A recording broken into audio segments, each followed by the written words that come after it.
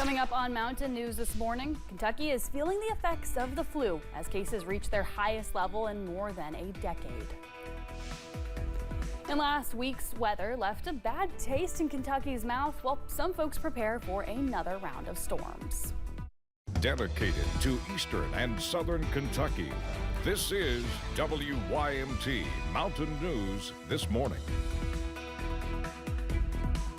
Good morning. My name is Amelia Lee here with you on this Monday, February 10th at 5:30. And we just had Super Bowl Sunday yesterday, so I know lots of you are trying to sleep in today, but it's also time to check in with meteorologist Megan Dusmal. Megan, we've been in some first alert weather days for the past couple of days. I know you were on Facebook Live yesterday kind of telling us what was going on. I know we have a little bit of a cool down today, but there's even some snow later on in our forecasts. Yes, there sure is. Yeah, we have those colder temperatures today, and they'll stay cold as we're going into the overnight hours. And then coming tomorrow morning, we have a system rolling through giving us snow chances, but also more heavy rain in the forecast. So that's something we're looking out for. Here are those temperatures as you're heading into the afternoon. Definitely colder than we've been looking at. We are going to be in the low to mid 40s. And as you travel more towards that Kentucky-Tennessee border, that's where you're going to see even warmer weather. We're looking in the upper 40s and low 50s, but still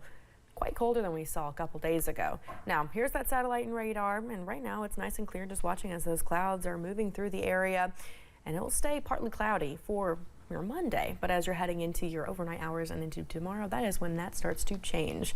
Here's how that planning forecast goes out for today. We'll see those temperatures warm up, hitting the high as we're heading into that 3 o'clock hour. Now, by the time we're heading into the evening and overnight, that's when you see 9 p.m., we start to see a chance for rain increase just a little bit. Amelia? All right, thank you, Megan. Well, the CDC reports flu cases officially reached their highest levels since 2009. Cases in the Commonwealth are reflecting those surging numbers. Madison Carmouche explains how this is impacting Kentucky children at home and at school. So in the last week or so, we've seen a doubling in the number of people testing positive for influenza in Kentucky. Kentucky Commissioner of Public Health Dr. Stephen Stack is advising people to be mindful of the many ways viruses spread. In the case of students, he highlights the importance of immunization. So any person 6 months and older is eligible to get the flu and the COVID vaccine. And so we would encourage everybody who is 6 months and older to be immunized each fall against both COVID and influenza. On Friday, Kentucky reported the first death of a child due to the flu. Officials say the child was not vaccinated against the virus. It's a tragedy. There's a family that's in horrible sorrow right now, and I ask everyone to extend your kindness to them. The single biggest thing we can do to prevent death from these diseases is to get immunized. Students in Casey County were some of the many who were not in school Thursday and Friday due to an influx of flu A, B, strep throat, and COVID. Superintendent Barry Lee saying they used the 2 days off to clean the schools. The flu immunization and the COVID immunization have a really good track record of reducing the severity of illness. They cannot prevent you from getting sick, but they can profoundly lower your risk for ending up in the hospital or when tragedy really strikes from losing a life related to. Stacks reminds people it is not too late to get vaccinated and protect your loved ones this season. In Lexington, Madison Carmouche, WKYT. Several eastern Kentucky school districts were closed last week, either due to illnesses or flooding. In Laurel County, a teacher was put on administrative leave. An arrest warrant was issued for Brittany Farmer, who's a teacher at North Laurel Middle School. She's accused of abusing her child during an incident which reportedly happened off campus and after school hours. Farmer is charged with criminal abuse and assault. A case where 3 men were charged with the murder of a Pike County man is heading to a grand jury. Michael Shortridge, Anthony Browning, and Michael Brown appeared in court last Thursday. Probable cause was found during the hearing. The men were charged in the death of Christopher Lester, which happened last month. Also in Pike County, a couple accused of child abuse appeared in court Thursday for a hearing. That case is also heading to a grand jury. Jerome Norman and Mary Hall were arrested earlier this month. They were charged with criminally abusing a child. Probable cause was found during that hearing. The two remain in the Pike County Detention Center with bond set at $250,000. Deputies in Perry County are investigating a pair of incidents where one man reportedly tried to lure children in a vehicle with him. They say both incidents happened last week. One was in the Bullen area, while the other occurred in the Vico community on Highway 15. Police say the man pulled up in his vehicle and tried to get the children, who were between the ages of 11 and 13, to get inside with him. Police say the children were not harmed. A northern Kentucky woman was charged with kidnapping a minor in Clay County. The incident happened on Wednesday when deputies with the sheriff's office got a call from troopers with state police. When deputies were notified that Jade Meyer took a child without proper custody. That's when they started searching for her. They later found Meyer in a vehicle at the intersection of North Highway 421 and Highway 1350. The city of Hazard has a new police chief. Hazard Mayor Happy Mobilini says Zach Miller will be formally introduced this morning. Miller was a deputy with the Perry County Sheriff's Department and previously worked for the Hazard Police Department. He replaces Darren Williams, who was let go in December.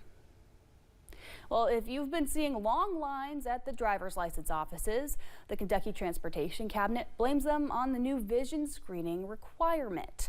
It started last month. Cabinet officials told our sister station in Louisville that more people are renewing their license because the cabinet offers free vision tests. The Kentucky Transportation Cabinet says it's looking into installing line management technology. A Kentucky lawmaker now proposed a bill to allow third-party companies to handle license renewals. The bill has not been heard in committee yet. Last week wrapped up with a break from the rain and storms, which produced tornadoes Thursday and flash flooding. In Knox County, officials say the heavy rain caused problems for nearly a fourth of their rural roads, while emergency management groups expected some outlying roads to be covered in water. Even some main roads, like Kentucky 11, were partly underwater for a time. Last week, the National Weather Service in Jackson conducted damage surveys following the strong winds felt throughout the region. They started in Rockcastle County, where they confirmed a tornado did touch down. They then followed the storm's path to Jackson and Owsley County. Meteorologist Jane Wicks says they do not believe a tornado touched down in Jackson County, but did in Owsley County based on the damage they saw. A tornado can also touch the ground and they can lift back up, and they can touch back down and it can lift back up. It can also go through recycling phases, especially during strong tornadoes. You could have a tornado that is basically kind of cutting off its own circulation. It kind of lifts up for a minute and then it gets going again and it comes back down. She says these types of tornadoes are usually on the weaker end, but still can cause substantial damages as seen last week. She also says straight line winds can cause just as much damage as a tornado. Some damage in Corbin was believed to be caused by the straight line winds. Last week's severe weather brings back some painful memories for business owners who lived through the historic flooding 2.5 years ago. Every storm brings renewed concerns. Simon Christian and his family own Isom IGA, which was destroyed in the July 2022 flood. Now, every heavy rain event is a reminder of what could happen again. If it does happen, like I said, just make sure you're strong in your faith, and you know the real provider of the situation is God, because I feel like that's the truth. As long as you support your community and they feel like it's genuine between you and your customer base and your community, help is on the way, and the Lord will send that help to make sure everything's taken care of for you. Despite the risk, he says they made no major changes to prepare for future flooding, instead focusing on serving their community every day. When we return, it's the day after the Super Bowl, and a new report shows many employees are playing hooky and skipping work. And snow, rain, and everything in between are in the forecast.